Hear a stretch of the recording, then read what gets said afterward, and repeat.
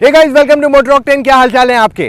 पिछले बार हमने आपके लिए कंपेरो लाए थे ऑफ दीज 4 बिग एसयूवीज। इस बार फॉर्च्यूनर को अपडेट आने के बाद हमने सोचा क्यों ना एक बार महा कंपैरिजन आपके लिए यहां पे किया जाए। तो आज हमारे साथ चारों बड़ी एसयूवीज जुड़ी हैं और ये वीडियो में आपको इतनी इंफॉर्मेशन मिलेगी कि आपको क्लैरिटी आ जाएगी आपको आखिर में कौन सी गाड़ी लेनी चाहिए। लेकिन अगर फिर भी आपके पास डाउट्स है ना, बहुत सिंपल है, हमें व्हाट्सएप करो 8779952811। वहां पे एक हाई लिखिए, आपको बुक योर अपॉइंटमेंट मिलेगा। आप मेरे साथ, विराट के साथ, टीम ऑफ एक्सपर्ट्स है हमारी, उनके साथ बात कर सकते हैं ऑन द फोन कॉल, ताकि आपके जो भी डाउट्स है ना वो सब क्लैरिफाई हो पाए। तो अब सबसे पहले चाबियों की बात करते हैं। ग्लॉस्टर की अगर आप चाबी देखते हैं तो इसको लॉक अनलॉक और बूट ओपनिंग का ऑप्शन दिया हुआ है। इसको कुछ क्रोम फिनिश देते ना ऑन द बटन्स तो ज़्यादा इजी होता है टू सी इट। बाकी दूसरी गाड़ियाँ एंडेवर के अगर आप देखते हैं lock unlock and boot opening का ऑप्शन दिया हुआ है। यहाँ पे भी काफ़ी अच्छी दिखती है, इसकी चाबी हैवी भी है। वेराज जब आप फॉर्च्यूनर की चाबी देखते हो, इसकी चाबी को सिर्फ कलर में थोड़ा चेंजेस किया गया है, ग्रे एलिमेंट्स ऐड कर दिए गए, तो इसको भी lock unlock and boot opening का ऑप्शन यहाँ दिया हुआ है। The last and the final की इज द अल्टोरस। ये कार को भी lock unlock and boot opening है और इसको फ्लिप ओपन का भी ऑप्शन यहाँ पे है। तो शुरू करते हैं आज का comparison with the Fortuner specifically. अब ये गाड़ी को एक अपडेट मिला है, ये एक फेस लिफ्ट है। हाउएवर जो वर्जन यहाँ खड़ा है इट्स कॉल्ड द लेजेंडर। इसमें आपको कुछ एक्स्ट्रा चीज़ें मिलती है, जैसे इसका फ्रंट ग्रिल अलग है, थोड़ा ज़्यादा शार्पर है, हेडलैम्प्स ज़्यादा शार्प किए हुए हैं, इसके इंडिकेटर्स एकदम लो बम्पर पे दिए हुए हैं एंड ओवरऑल जो फ्रंट लुक है काफ़ी हद तक स्पिंडल ग्रिल जैसा दिया हुआ है जो लेक्सस में आता है। साइड प्रोफाइल में जो चेंजेस है, स्पेसिफिकली 18 इंच के व्हील्स सेम ही है बट अलॉय व्हील्स का डिजाइन चेंज कर दिया गया है। आपको लेजेंडर में सिर्फ व्हाइट कलर गाड़ी आती है एंड रूफ जो है ब्लैक आता है विच इज रैप्ड। पेंट नहीं है, रैप किया गया है। और पीछे की तरफ जब आप जाएंगे तो आप लेजेंडर की बैजिंग देखोगे, साथ में आप ये भी नोटिस करोगे कि गाड़ी में पीछे फॉर्च्यूनर का जो पार्ट है वो ब्लैक में दिया हुआ है इंस्टेड ऑफ क्रोम। तो बस यही चेंजेस किए गए इन द फॉर्च्यूनर। वेरएज जब आप एंडेवर देखते हो, एंडेवर एक बहुत ही आई कैचिंग गाड़ी है और ये ब्लैक कलर में जबरदस्त लगती है। वो कहते हैं ना डेविल, वो लुक यहाँ पे दिया हुआ है इसमें। तो फ्रंट ग्रिल ब्लैक है, अलॉय व्हील्स ब्लैक किए हुए, गाड़ी का कलर भी फुल ब्लैक है। दीज आर द चेंजेस जो इस वर्जन में किए हुए हैं और इसको कहते हैं एंडेवर स्पोर्ट। ग्लॉस्टर को जब आप देखते हैं तो ये गाड़ी सबसे अलग दिखती है इन द सेगमेंट। ये ज़्यादा स्लीक बनने की कोशिश की गई है। यहाँ पे फ्रंट एंड इसका ज़्यादा अलग टाइप का दिया गया है, फ्रंट ग्रिल बड़ी हो गई है गाड़ी की एंड ओवरऑल ये एक ही गाड़ी है जिसको 19 इंच के व्हील्स आते हैं, बाकी सबको 18 इंच के व्हील्स आते हैं।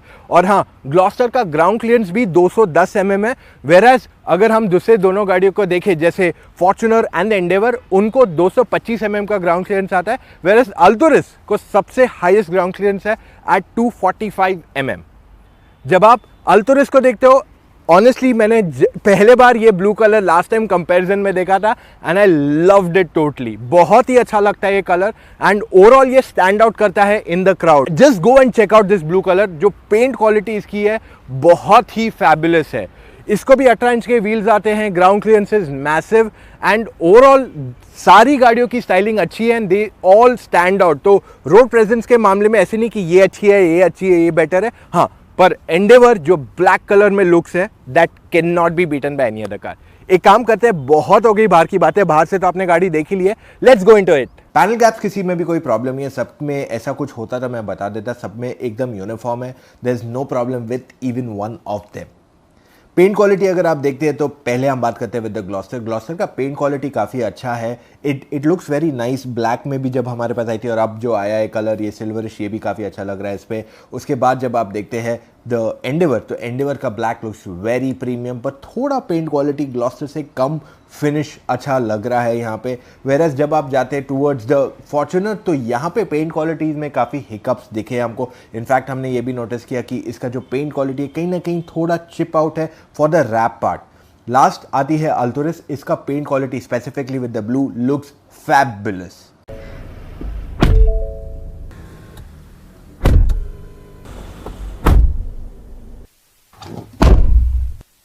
ग्लॉस्टर के इंटीरियर अगर आप देखते हैं तो काफ़ी प्रीमियम लगते हैं। Touch and feel of materials भी बहुत अच्छा है, बिल्ड क्वालिटी सॉलिड है और जो इसका एंटायर डैशबोर्ड लेआउट है बहुत अच्छे से इसको प्लेस किया गया है। अब एक चीज़ जो मुझे नहीं पसंद है वो ये कि जो सेंटर पार्ट है यहाँ पे, इधर बहुत सारे बटन्स दिए हुए हैं। तो अगर आप एक टेक savvy पर्सन है तो आपको बहुत पसंद आएगा। हाउएवर अगर आप ज़्यादा टेक्नोलॉजी ड्रिवन नहीं है तो आपको ये बटन्स एडजस्ट करने में 1-2 दिन तो मिनिमम जाएगा ही जाएगा। सीट कंफर्ट भी गाड़ी का अच्छा है, लॉन्ग ट्रिप पे जाएंगे इतनी थकावट नहीं होगी। आई टेल यू, जब पिछले बार ग्लॉस्टर हमारे पास आई थी कंपेयरो में, वहाँ पे मैं अपनी सीट प्रॉपर्ली नहीं एडजस्ट कर पाया था फॉर द एंटायर ट्रिप। इस बार मैं फाइन ट्यून करके लंबार को अच्छे से सेट कर पाया हूँ, which has actually made it very easy and comfortable for me to go on a long trip as well. तो इस वजह से मैं कहूँगा कि गाड़ी काफ़ी कंफर्टेबल है और लॉन्ग ट्रिप पे जाएंगे तो आपको उतनी थकावट नहीं होगी। इस गाड़ी में आपको काफ़ी यूनिक फीचर्स भी आते हैं। यूनिक फीचर्स की बात कर ले तो ग्लॉस्टर में आपको काफ़ी सारे फीचर्स आते हैं, जैसे एडास आता है, पैनोरामिक सनरूफ आता है, 360 कैमरा आता है, वेंटिलेटेड सीट्स आता है, सीट मसाज आता है ड्राइवर के लिए, वायरलेस चार्जिंग दिया हुआ है, टेरेन मैनेजमेंट सिस्टम दिया हुआ है, पैडल शिफ्ट्स आते हैं, इसमें मल्टीपल ड्राइविंग मोड्स आते हैं, कनेक्टेड कार टेक्नोलॉजी भी इसमें ऑफर की गई है। एंडेवर के इंटीरियर्स अगर आप देखते हैं तो ये काफ़ी प्रीमियम है। Touch and feel of materials भी बहुत अच्छा है। जो ड्राइवर टच पॉइंट्स है, चाहे स्टीयरिंग व्हील की बात कर लो, दोनों आर्मरेस्ट की बात कर लो, सारे पॉइंट्स सॉफ्ट टच दिए हुए हैं इस गाड़ी के अंदर, including the dashboard as well. Premiumness में ये बहुत अच्छी लगती है एंड ऐसे लगता है कि everything has been built perfectly. जो बोलते हैं ना यार ये गाड़ी मेरे लिए बनाई गई है, वैसा आपको ये गाड़ी के अंदर आके फील होगा।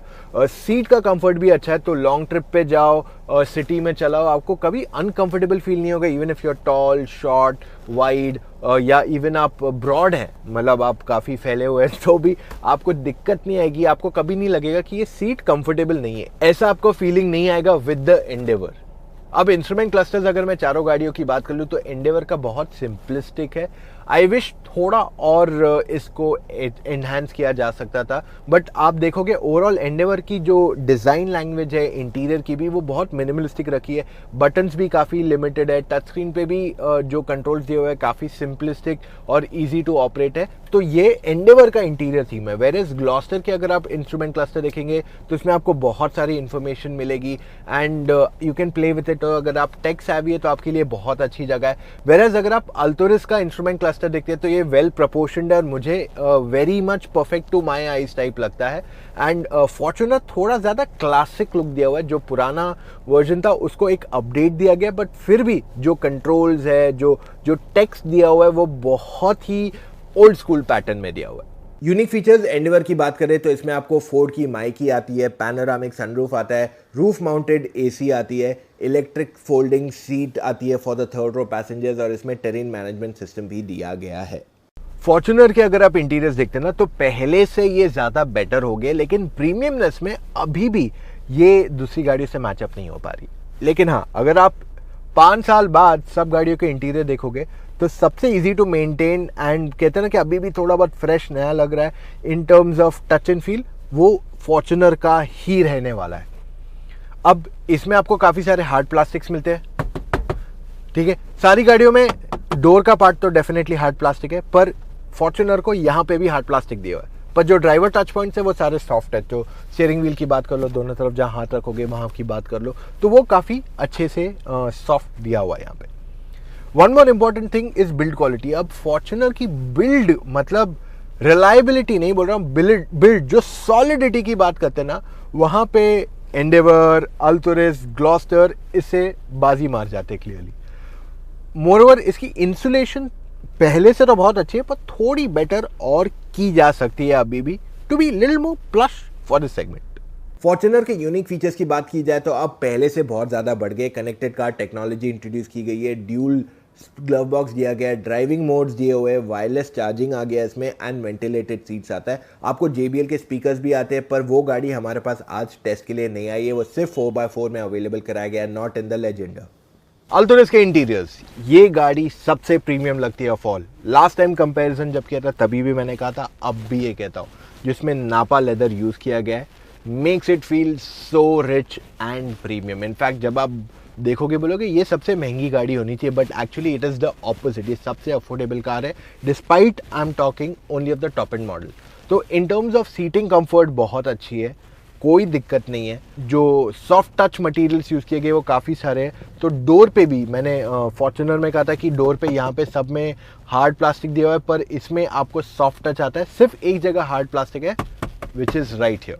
उसके अलावा जो भी सारे टच पॉइंट्स है गाड़ी में सब सॉफ्ट टच ही दिए हुए हैं। बिल्ड क्वालिटी भी गाड़ी की बहुत अच्छी है, तो आपको कहीं पे भी प्रॉब्लम नहीं आएगा अगर आप बिल्ड क्वालिटी पे कंसर्न्ड हो विद द अल्टोरस। अल्टोरस की अगर हम यूनिट फीचर्स की बात कर ले तो इसमें आपको सनरूफ आता है, पैनोरामिक नहीं है, नॉर्मल साइज है, नापा लेदर है which is the best quality leather in the segment, ventilated seats आते हैं, टेरेन मैनेजमेंट सिस्टम आता है and you also get a 360 camera. Moreover इस ही गाड़ी में आपको 9 एयरबैग्स आते हैं, बाकी सब में 7 एयरबैग दिए गए हैं।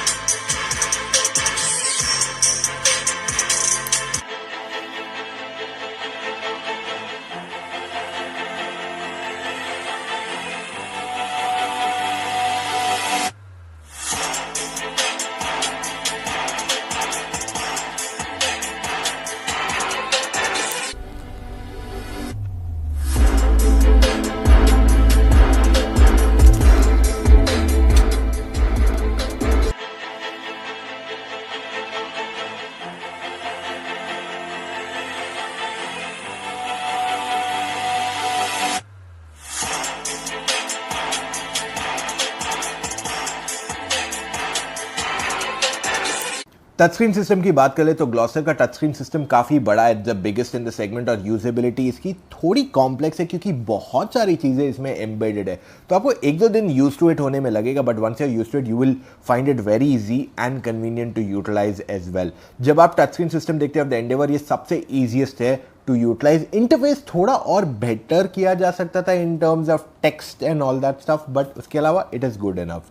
फॉर्च्यूनर का बहुत ही बेसिक सिस्टम है, लैगी भी है और थोड़ा बेटर होने की यहाँ पे ज़रूरत क्लियरली है इसको। अगर आप अल्टोरस का टच स्क्रीन सिस्टम देखते हैं, ये थोड़ा कंफ्यूजिंग है, होम बटन भी नहीं है, it is a little confusing, पर इसकी जो यूजिबिलिटी है, इंटरैक्टिविटी काफ़ी अच्छी है, स्मूथनेस भी काफ़ी अच्छा है, रिस्पॉन्स भी अच्छा है। रिवर्स पार्किंग कैमरा स्पेसिफिकली अगर आप देखते हो तो सारी गाड़ियों के पहले देखते हैं ग्लॉस्टर का, इसमें 360 कैमरा आता है, काफ़ी अच्छा है। इसमें आपको 360 में 3D व्यू भी दिया हुआ है जो बहुत अच्छा टच दिया हुआ है। दिन में और रात में जब दोनों में आप देखोगे तो आप नोटिस करोगे कि इसका कैमरा काफ़ी अच्छा है, थोड़ा ग्रेनी हो जाता है in the night. I wish थोड़ी क्वालिटी बेटर की जा सकती थी यहाँ पे। वेरएस जब आप जाते हैं टुवर्ड्स द नेक्स्ट का विच इज़ द एंडेवर, यहाँ का reverse camera is very nice, wide भी है, दिन में देखो या रात में कोई प्रॉब्लम नहीं है, एकदम अच्छा है यहाँ पे। फॉर्च्यूनर का कैमरा इज़ वेरी एवरेज और ग्रेनी भी है, इतना मज़ेदार नहीं है। For the price it comes at. Alturas का 360 कैमरा काफ़ी अच्छा है, इसमें आपको बहुत कुछ दिखाई देता है and it is very easy to use as well. अब second and third row test के लिए हमने 4 हट्टे कट्टे लोगों को इस्तेमाल किया। तो सेकेंड रो में जब हमने ग्लॉस्टर में बैठा, क्योंकि यहाँ पे आपके पास कैप्टन सीट्स है, इस वजह से 2 लोग ही आराम से बैठ पाए। ऑफकोर्स 3 जना बैठ ही नहीं सकता है। नी रूम एंड हेडरूम में कोई प्रॉब्लम नहीं है। जब हमने पीछे की सीट पे भी थर्ड रो में भी लोगों को बैठाया तो ये गाड़ी में सबसे ज़्यादा स्पेस है for knee room. Headroom is just sufficient, कोई ज़्यादा दिक्कत की बात नहीं है यहाँ पे। अब यही सेम चीज़ हमने टेस्ट की इन द एंडेवर, तो सेकेंड रो थोड़ा टाइट हो गया, 3 लोगों का बैठना मुश्किल है। शोल्डर रूम थोड़ा कम है। नी रूम एंड हेड रूम बिल्कुल प्रॉब्लम नहीं है, आराम से जा सकते हैं लोग बैठ के, टॉल पैसेंजर्स भी हो। थर्ड रो में एंडेवर में ज़्यादा स्पेस नहीं है, ओके है, बहुत ज़्यादा कंफर्टेबल नहीं है। फॉर्च्यूनर एक ऐसी गाड़ी है जहाँ पे 3 लोग जस्ट सफिशिएंटली बैठ पाए in the second row. Shoulder room just okay है, whereas knee room head room की बिल्कुल भी इशू नहीं है। वहीं जब आप थर्ड रो में जाते हो आप नोटिस करोगे कि there is more than sufficient space for knee room, 2 लोग आराम से बैठ सकते हैं। हेड रूम थोड़ा टाइट है but it's fine, it can be lived with. Alturas के सेकंड रो में 3 लोग आराम से बैठ के जा सकते हैं, कोई प्रॉब्लम नहीं। शोल्डर रूम इसमें सबसे ज्यादा है, नी रूम भी अच्छा खासा है, हेड रूम भी अच्छा खासा है, इनमें प्रॉब्लम नहीं है। बट जैसे ही आप थर्ड रो पे जाते हो तो यहाँ पे थर्ड रो थोड़ा टाइट हो जाता है, क्योंकि सेकंड रो की सीट्स आगे पीछे स्लाइड नहीं होती है, तो पीछे ज्यादा स्पेस नहीं है। हेड रूम भी ओकेश है।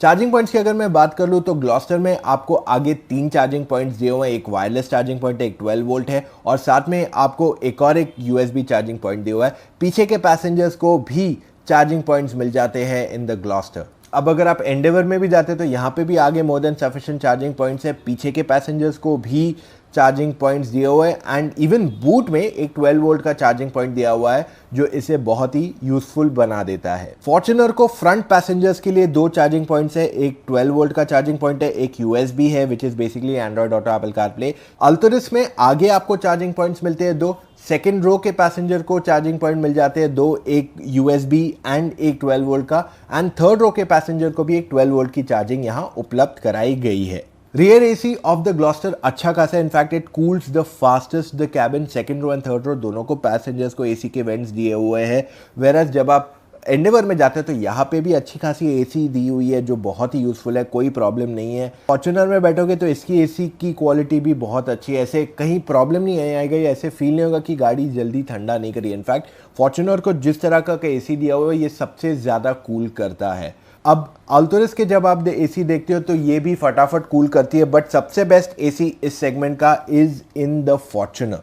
मोबाइल स्टोरेज स्पेसेस की बात कर लूँ तो आप ग्लॉस्टर में आगे फ़ोन रख सकते हो, एंडेवर में भी आपको फ़ोन रखने की जगह आगे की तरफ दी हुई है, फॉर्च्यूनर में आपको आगे स्टोरेज स्पेस है, इधर वायरलेस चार्जिंग भी आ चुका है वहाँ पे। अल्टोरिस की भी वही कहानी है, आगे स्टोरेज स्पेस है फ़ोन रखने के लिए, बीच में सेंटर रो में भी आपके पास स्टोरेज स्पेस दी हुई है और थर्ड रो पैसेंजर्स को भी स्टोरेज दिया हुआ है टू कीप देयर स्मार्टफोन्स।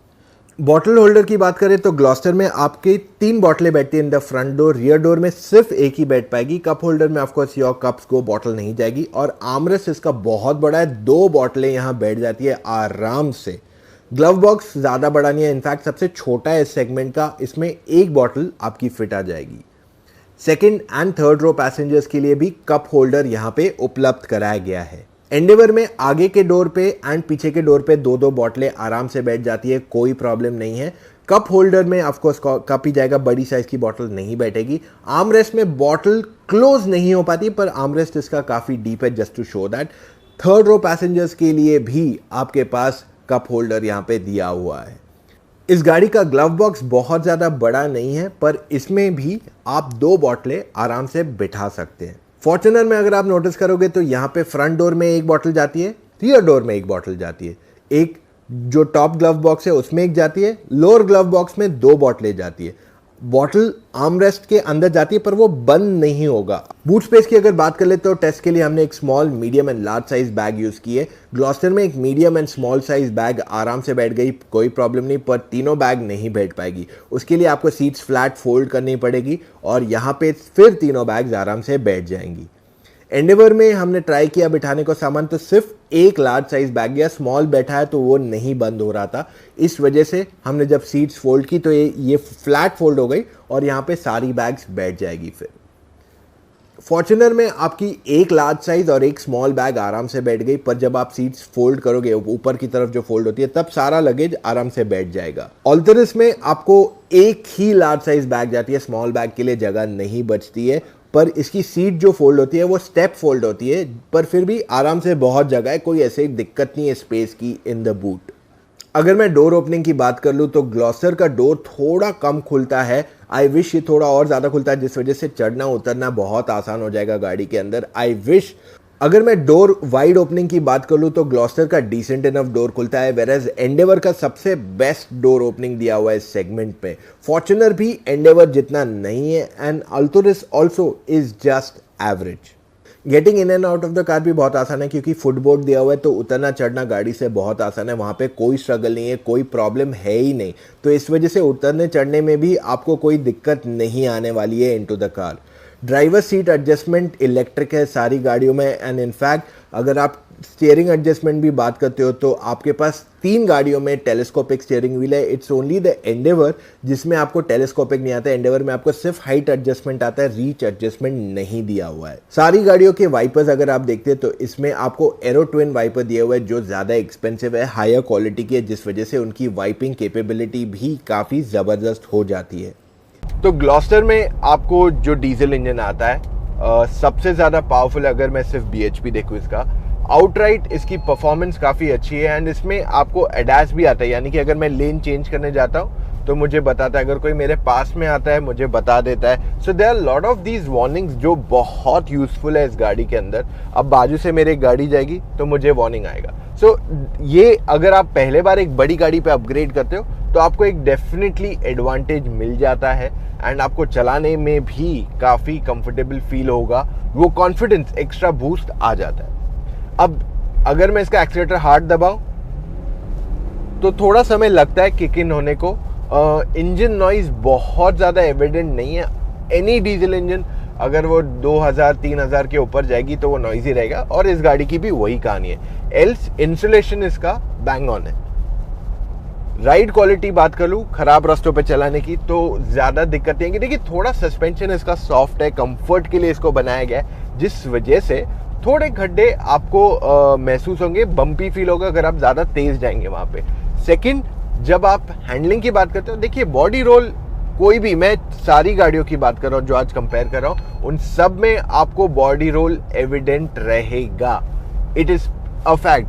सारी गाड़ियाँ ऊंची है, ग्राउंड क्लियरेंस ज़्यादा है उनमें, तो इस वजह से बॉडी रोल सब में मिलेगा आपको. पर अगर मैं स्टीयरिंग व्हील की बात कर लूँ तो इसका बहुत लाइट है स्टीयरिंग व्हील. देखिए 2 उंगलियों से ये टर्न हो सकता है एंड बहुत अच्छी चीज़ है. तो अगर आप लॉन्ग ट्रिप पे जाते तो फटीग फैक्टर आपको नहीं फील होगा. माइलेज भी इसकी डिसेंट इनफ है. देखिए ये पूरे कैटेगरी में मैं आपको सबकी माइलेज बता देता हूँ. सब 7 से 10 के बीच में रहेंगी सब गाड़ियों की माइलेज, जो चारों मैं यहाँ कंपेयर करने वाला हूँ. तो इस वजह से मैं आपको एट वन गो बता दिया है. वो ज़्यादा एक्सपेक्टेशंस ना रखिए ऑफ 12, 13, 14, क्योंकि सारी गाड़ियाँ बड़ी हैं, हैवी हैं एंड साथ में इनका इंजन साइज भी एटलीस्ट 2 लीटर ही है. तो इस वजह से don't expect very high mileage on them. हाँ, पर अगर मैं विजिबिलिटी की बात करूँ तो इसकी विजिबिलिटी काफ़ी अच्छी है. फॉर्च्यूनर की भी विजिबिलिटी काफ़ी अच्छी है. एंडेवर में भी आपको विजिबिलिटी में प्रॉब्लम नहीं है. इनफैक्ट चारों गाड़ियों में ऐसे कोई ऑब्स्ट्रक्टिंग पॉइंट नहीं किया लगे कि इसकी विजिबिलिटी में थोड़ा इशू है या कुछ बेटर किया जा सकता है. So that way these cars are pretty much sorted. अब जाते हैं to the next car. Ford Endeavour एक एसयूवी नहीं, ये एक इमोशन है. इसका रोड प्रेजेंस, इसका जो ड्राइविंग प्लेजर है वो सबसे बेस्ट रहा है ऑफ ऑल द 4. पर अब जो 3.2 लीटर जो इस गाड़ी की जान थी उसको हटा के 2 लीटर इंजन लाए. अब जब मैं इसके परफॉर्मेंस की बात करूं, देखिए अभी मैं हार्ड जाऊंगा ऑन द एक्सीलेटर तो ये थोड़ा टाइम लगता है for the accelerator to kick in, और ये चीज इसके फेवर में यहां नहीं जा रही है. भले ये 10 स्पीड है पर इसका पावर कम कर दिया गया विद द 2 लीटर इंजन, और साथ में रिस्पॉन्स भी थोड़ा बेटर हो सकता था. अब देखिए अगर मैं बात कर लूँ प्योरली ऑफ द फैक्ट कि जो फॉर्च्यूनर पहले थी बिफोर द प्री फेसलिफ्ट, हमने तब कंपेयर किया था, तब फॉर्च्यूनर में भी थोड़ा पावर कम महसूस होता था. But now with the update in Fortuner में सबसे ज़्यादा टॉर्क है, और आज उसमें ये कमी नहीं महसूस हो रही है जो एंडेवर में है. एंड एंडेवर का जो एंटायर चार्म था वो ये 2 लीटर इंजन की वजह से कहीं ना कहीं डिमिनिश होता हुआ दिख रहा है. सो पावर है बट इनिशियल जो पिकअप, जो रिस्पॉन्स चाहिए वो यहाँ मिसिंग है. So overall in very simple language अगर आपको कहूँ तो गाड़ी अभी भी बहुत ज़बरदस्त है. राइड क्वालिटी अच्छी है, हैंडलिंग अच्छी है, और जैसे ही आप सीट पे बैठते यू फील लाइक हाँ ये गाड़ी मेरे लिए बनाई गई है. स्टीयरिंग का फील भी बहुत अच्छा है, पर ये पावर लैग कहीं ना कहीं आपको डिसअपॉइंट करने वाला है इन द एंटायर प्रोसेस, और ये चीज़ आपको मज़ा नहीं आएगा यार. मतलब वो रियल जो बोलते हैं ना यार, वो चीज़ यहाँ से चली गई है. बस that is the only thing that goes missing here. Apart from that ये वैसी ही है गाड़ी. अभी भी मुझे इसका जो सीटिंग पोस्चर है सबसे बेस्ट लगता है, और ये एक ही गाड़ी है पूरे सेगमेंट में जिसमें आपको ऑटो स्टार्ट स्टॉप सिस्टम नहीं दिया गया है. फॉर्च्यूनर चलाने में पहले से बहुत इंप्रूवमेंट आया क्योंकि इसका power and torque has shot up. इस वजह से ये गाड़ी का जो एक्सेलरेशन, देखिए एकदम क्विक एक्सेलरेशन तो नहीं है, गियर बॉक्स इसका थोड़ा स्लो लथार्जिक है अभी भी, बट पहले से गाड़ी बहुत ज़्यादा बेटर चलती है. मोर ओवर जो इसका इंसुलेशन है उसमें एक क्लियर इम्प्रूवमेंट आ गया है. अब अगर मैं गाड़ी स्पोर्ट मोड पे चलाता हूँ या 2500 RPM के ऊपर जाता हूँ तब इंजन इसका काफ़ी वोकल हो जाता है. उसके अलावा कहीं आपको इंजन का इतना नॉइज़ नहीं आएगा. पहले पहले की बात करूँ तो यार वो पहले एकदम ऐसा लगता था कि लिटरली ट्रैक्टर है, क्योंकि वो इतना नॉइजी उसका इंजन था, गाड़ी स्टार्ट भी होती थी जैसे हिलती थी जब चालू होती थी। पर अब वो सारी चीज़ें आयन आउट हो गई है, वो सब प्रॉब्लम्स को सॉल्व कर दिया गया है और ये गाड़ी पहले से बहुत बेहतर हो गई है।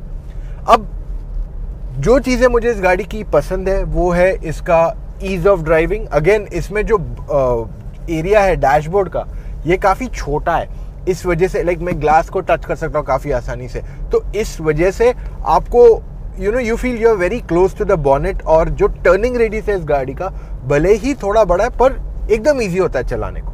लेकिन इस गाड़ी के अपने डाउन साइड्स भी है apart from the engine noise. दूसरा इशू इस गाड़ी का ये है कि इसका स्टीयरिंग काफ़ी हैवी है compare to everything else in the segment, तो ये चीज़ इसके फेवर में नहीं जा रही है एंड दैट इज़ वेयर थोड़ा झिझक हो जाता है इसमें। बट अगर आप न्यू कार ड्राइवर हो, जो जो पहली बार इतनी बड़ी गाड़ी चला रहे हो, आपको इसे चलाने में प्रॉब्लम नहीं आएगा, पर वो प्रीमियमनेस जो बोलते हैं ना चलाने में, वो यहाँ पे उतना महसूस नहीं होगा। अब ये 4x2 है तो ये थोड़ी लाइटर है चलाने को, पर 4x4 थोड़ी और हैवी फील होगी टू ड्राइव एज वेल। चारों गाड़ियों में आपको डीजल इंजन आता है, सिर्फ फॉर्च्यूनर एक ऐसा ऑप्शन है जहां पे आपको पेट्रोल भी अवेलेबल कराया गया है, पर लेजेंडर में वो ऑप्शन नहीं अवेलेबल है। इन टर्म्स ऑफ ड्राइविंग कंफर्ट ना अल्टुरस बहुत ज़बरदस्त है। आप लॉन्ग ट्रिप्स पे जाओगे आपको बिल्कुल थकावट नहीं होगी, सीट का कंफर्ट इज फैंटास्टिक एंड इसका steering wheel is the lightest of all. In fact आप एक उंगली तो हो नहीं सकता, 2 उंगली से बहुत इजीली इसे हिला सकते हो, तो ये चीज़ इसके फेवर में जाती है।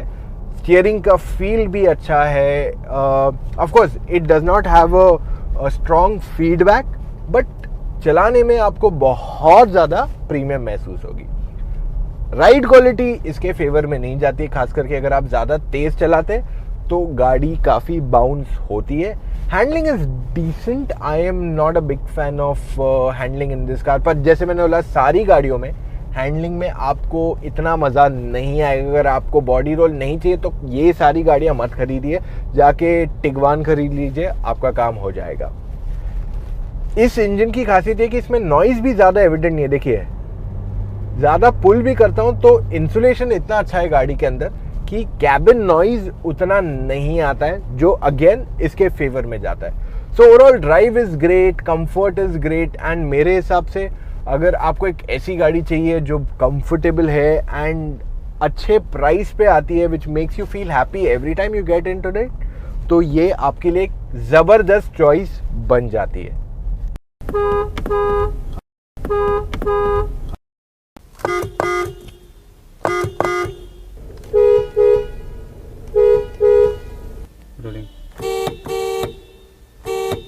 स्पीड ब्रेकर टेस्ट में ग्लॉस्टर ने डिसेंट परफॉर्म किया, थोड़ी ज़्यादा बाउंसी लगी वो, वेराज एंडेवर काफ़ी प्लांटेड थी and it felt one of the best, पर फॉर्च्यूनर स्टिफ फील हुई एंड थोड़ा बेटर यहाँ किया जा सकता है, but still Fortuner was decent. Alturas सबसे ज़्यादा बम्पी थी in the second row specifically जब हमने स्पीड ब्रेकर टेस्ट किया। हिल क्लाइंब में ग्लॉस्टर इट सीम्स कि वो इनिशियल जो पुल है वहाँ पे क्लियर स्ट्रगल कर रही थी thanks to its heavy weight, पर एक बार गाड़ी चलने लगी तो प्रॉब्लम नहीं हुआ, बट डेफिनेटली इसके हैवी वेट की वजह से इनिशियल पुल में थोड़ा इशू आपको आएगा। एंडेवर आराम से चली जाती है, पर इसको भी थोड़ा इनिशियल पार्ट है जो मिसिंग है, जो 3.2 लीटर का चार्म था वो यहाँ पे क्लियरली लैग आपको मिलेगा। फॉर्च्यूनर सबसे बेस्ट है, इट हैज़ नो प्रॉब्लम्स, आराम से पहाड़ पे चढ़ जाती है, it goes without any issues and it is one of the best in the segment. Alturas भी आराम से चढ़ जाती है, पर इसमें फॉर्च्यूनर जितना आसान नहीं है, इट गोज वेरी इजीली, वहां पे कोई प्रॉब्लम नहीं है, बट जस्ट फॉर्च्यूनर इससे ज़्यादा बेटर फील होती है। हेडलाइट स्प्रेड हमने चारों गाड़ियों की चेक की, चारों गाड़ियों का जो थ्रो है या रीच है वो बहुत अच्छा है, बट चारों में स्प्रेड इतना अच्छा नहीं था। अगर मेरे को चारों में से एक बेस्ट पिक करनी है then it is only the Toyota Fortuner. Gloster उसके वेट की वजह से उतना कॉन्फिडेंट ब्रेकिंग नहीं दे पाती है जितनी दूसरी गाड़ियां दे पाती है। एंडेवर की ब्रेकिंग स्पॉट ऑन है, फॉर्च्यूनर के भी स्पॉट ऑन है and Alturas is also good enough here.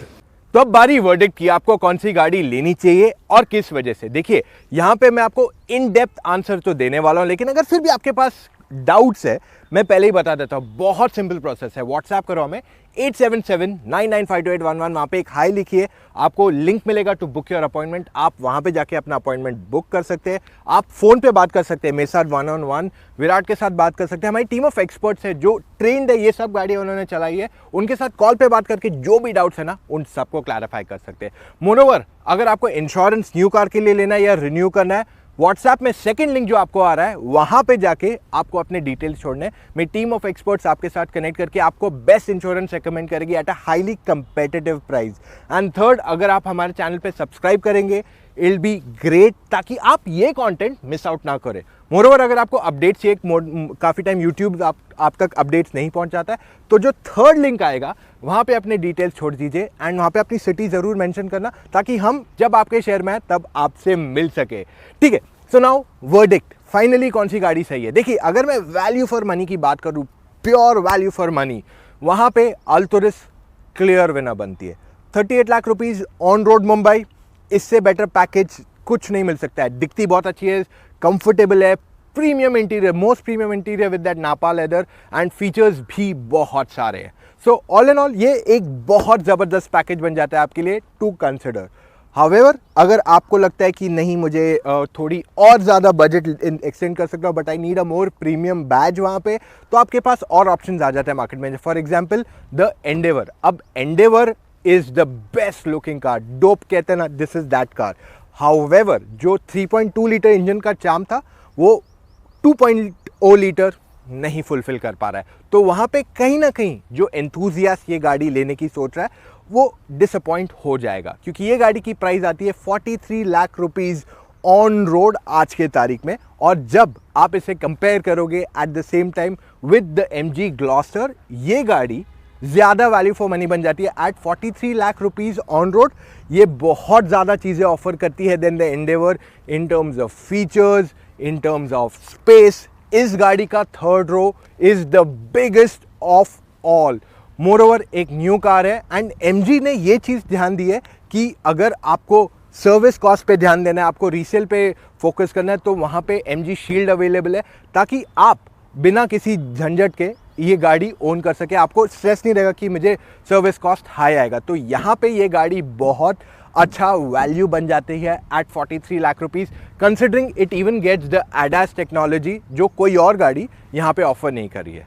अब फाइनली आती है द फॉर्च्यूनर। ये गाड़ी की price is 46 lakh rupees on road for the Legender model. जी हाँ, ये थोड़ी ज़्यादा ओवर प्राइस है। इनफैक्ट जो इसकी 4x4 आती है उसकी भी प्राइस है 46 lakh rupees on road Mumbai.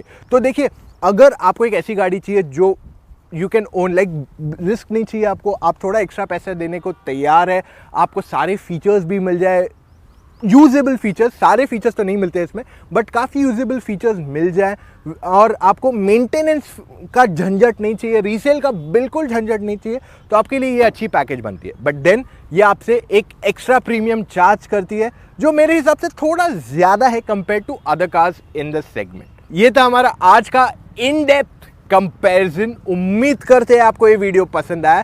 कोई भी और आप तक इतने इन डेप्थ वीडियोस नहीं लाता है, ना लाएगा।